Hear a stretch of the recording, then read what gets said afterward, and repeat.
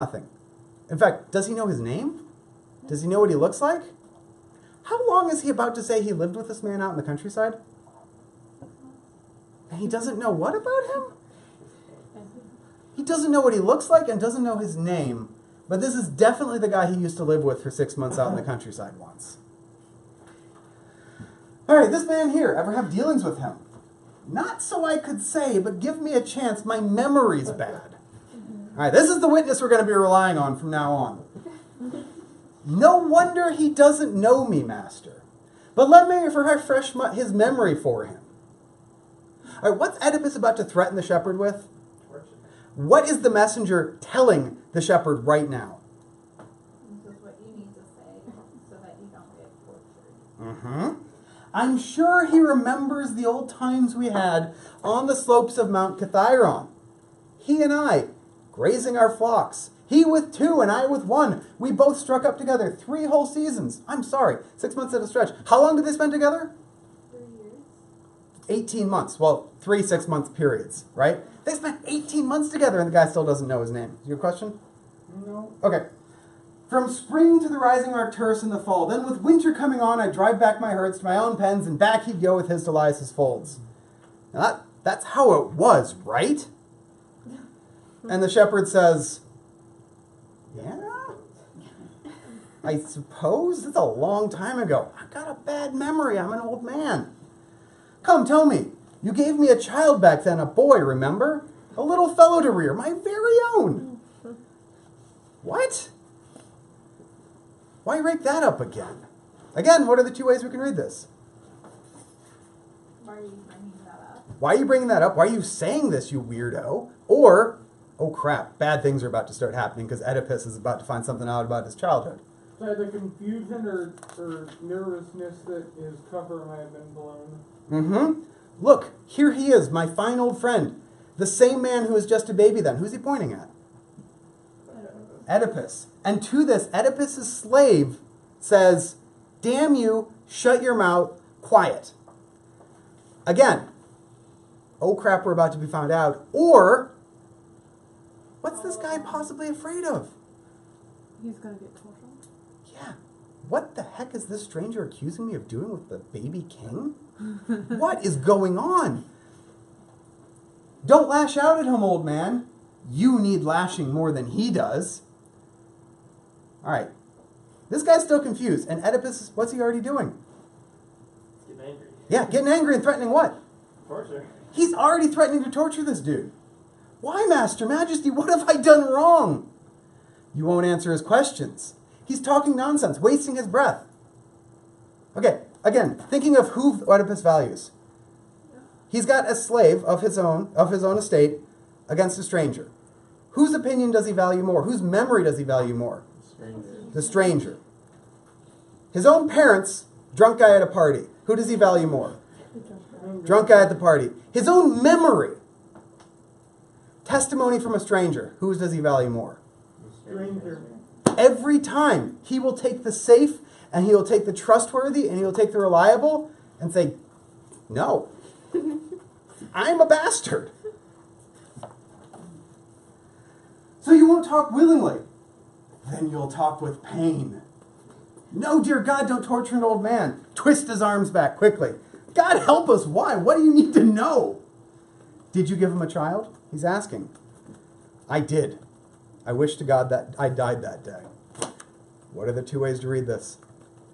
He's lying. Why would he be lying? He doesn't want to get tortured. He doesn't want to get tortured. You tell a dude, I'm going to torture you unless you tell me you gave a baby to this man. What is anybody in this room going to say? I gave the stupid baby. They'll tell you whatever you want to hear. Like that. Exactly right. Like I know that's what I did when I was a kid. When I was like backed into a metaphorical corner, whenever my parents or my little sister accused me of something, I'd just say, yes, I did it, and just as an excuse to get out of it. There you go. So 231, the shepherd finally, threat of torture. He says, all right, his son. They said it was his son, Elias's son. But the one inside your wife, she'd tell it best. My wife? She gave it to you? Yes, my king. Why would for to kill it? Her own child, how could she? She was afraid, frightening prophecies. So, who did Jocasta say got rid of the baby? Who does the slave say got rid of the baby? So, we've got, what are the things that we can say everybody agrees on in this story? There's a plague. This is a play about a plague. Yes. Yes, there's a plague. What else can we add? Elliot?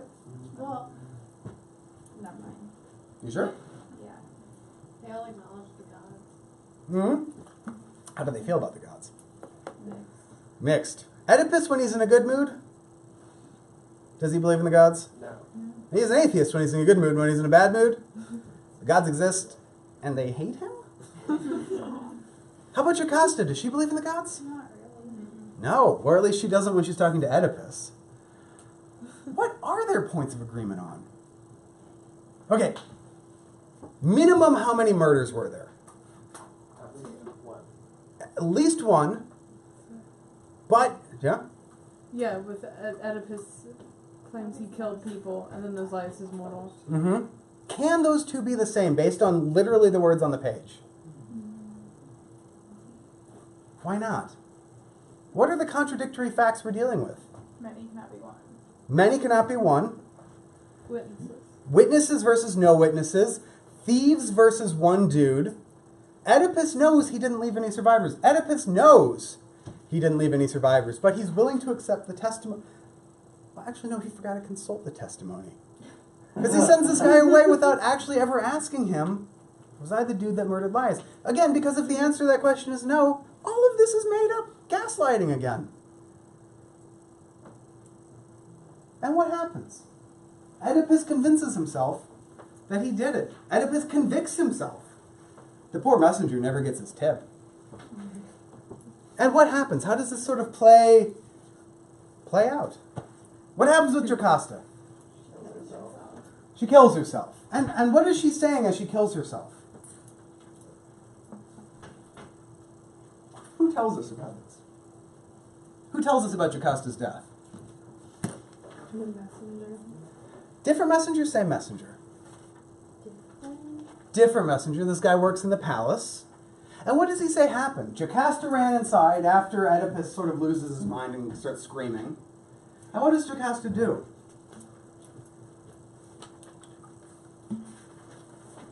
She hangs herself, right? Yeah, and what's she saying as she hangs herself? Wait a minute. This is page 236. He says, once she'd broken in through the gates, dashing past us, frantic, whipped to fury, ripping her hair out with both hands, straight to her room she rushed, flinging herself across the bridal bed, door slamming behind her. Once inside, she wailed for Laius, dead so long, remembered how she bore his child long ago, the life that rose up to destroy him, leaving its mother to mother living creatures on the very son she'd borne. Oh, how she wept, mourning the marriage bed where she let loose the double brood, monsters, husband by her husband, children by her child. So the messenger confirms everything. Incest. Jocasta had sex with her kid. Oedipus is a monster. Their children are monsters. Except, how much of this could the messenger have seen? What's the first thing she does after she goes into her bedroom? She closes the doors. Right? Where are the men in a palace that segregates based on gender? On the other side. They're not in the women's quarters. Yeah. How could the messenger have heard this? Could the messenger have heard this? So, from the moment that Jocasta slams the door, where does this testimony come from? I mean, it confirms everything that Oedipus is afraid of. It confirms everything that had been said on stage up until that point. Well, we get it even worse. Oedipus bursts in, circling like a maddened beast, stalking here, there, crying out to us, "Give me a sword!" His wife, no wife, his mother. Where can he find the Mother Earth? That cropped two crops at once, himself and all his children. He wants a sword. What does Oedipus want to do with a sword? What's he want the sword for? He runs into the palace after Jocasta and calls, sword, sword, give me a sword. He's not about to kill himself with it, right? He was gonna kill Jocasta, right? He's going to kill Jocasta? He said something about her, like, Oh, or? Say it again. Oh, he was gonna cut her down. What's Jocasta doing as he's yelling, give me a sword, give me a sword? She's hanging herself. What does the messenger lead us to believe he wants to do? He leads us to believe that he was like, he said he was like gonna cut her womb or something to that Mm-hmm. He's going to murder his horrible wife mother. But she's hanging herself. He wants the sword to cut her down, maybe? Again, we're getting all of this from a distance. We're getting all of this from the outside perspective. The messenger who swears to the accuracy of things that happened in the women quarters that he's forbidden from. The guy who imposes on Oedipus this murderous desire to have a sword when his wife's hanging herself. Does Oedipus believe he did it? Everything. Yeah. Yeah. Does the messenger? He certainly says so. Does Apollo exist in this play? Are the gods dead? Do oracles work?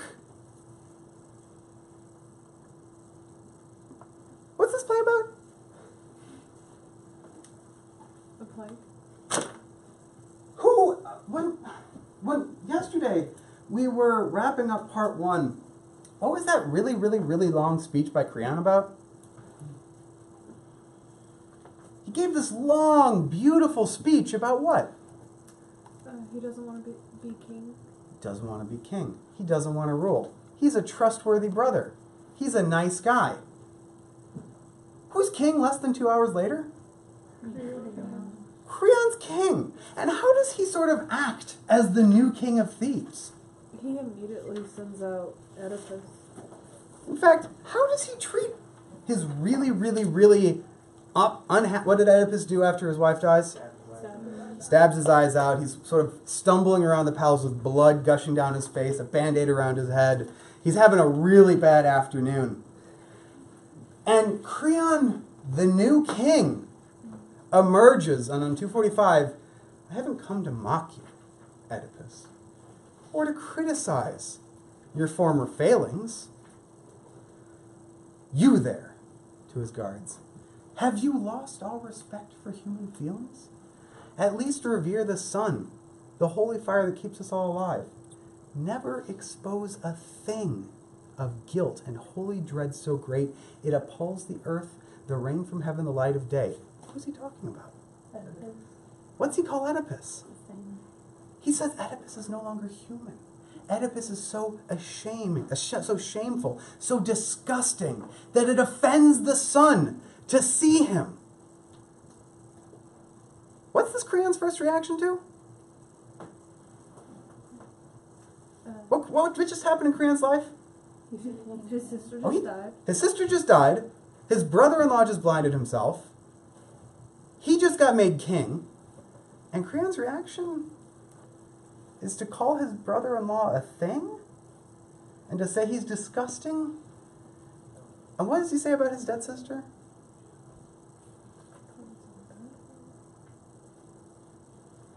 What does he say about Jocasta, his sister, his dear sister who just died?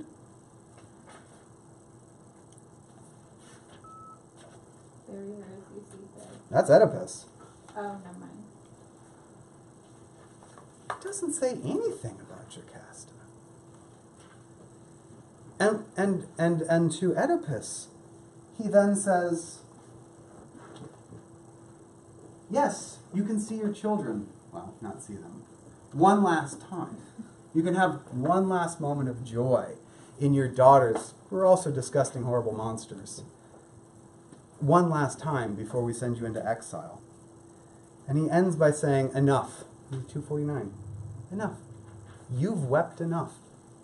Into the palace now. Time is the great healer. You will see. It's a bit pointed.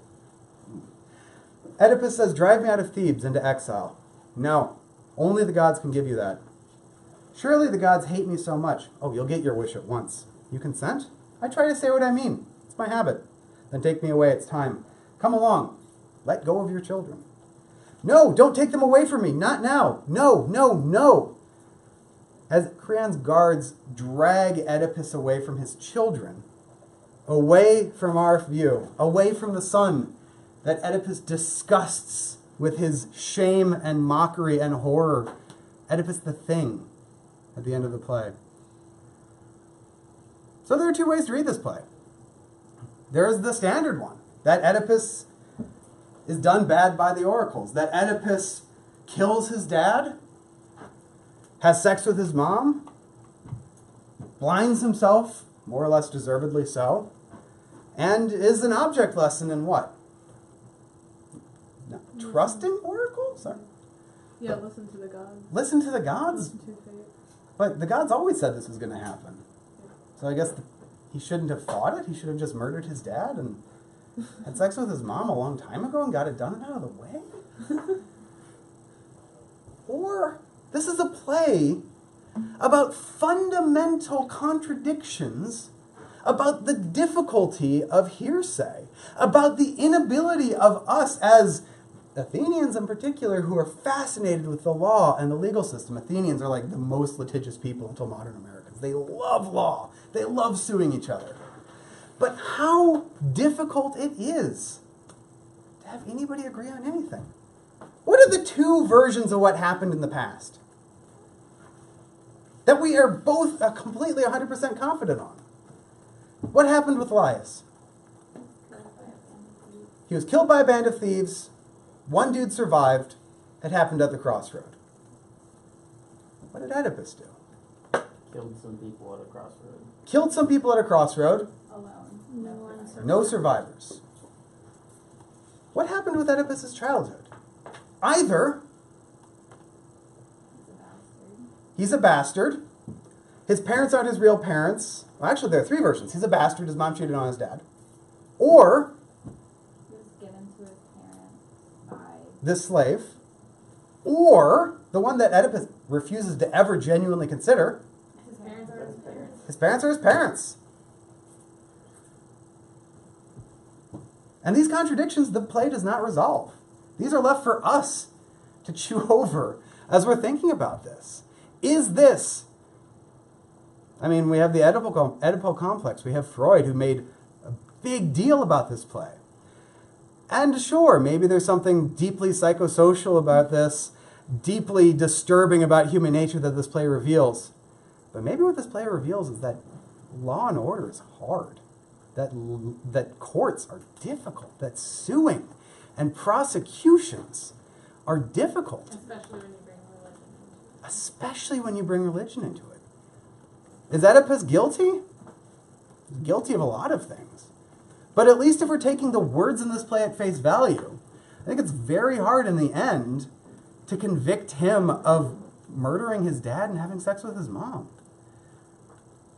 Because we have to accept so many impossible conflicts.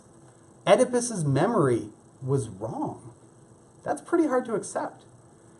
These weird string of coincidences where the very same slave was raised in the palace, was a shepherd, was a bodyguard, was a farmer again, both gave baby Oedipus to a stranger, and was there when Oedipus committed his first mass murder.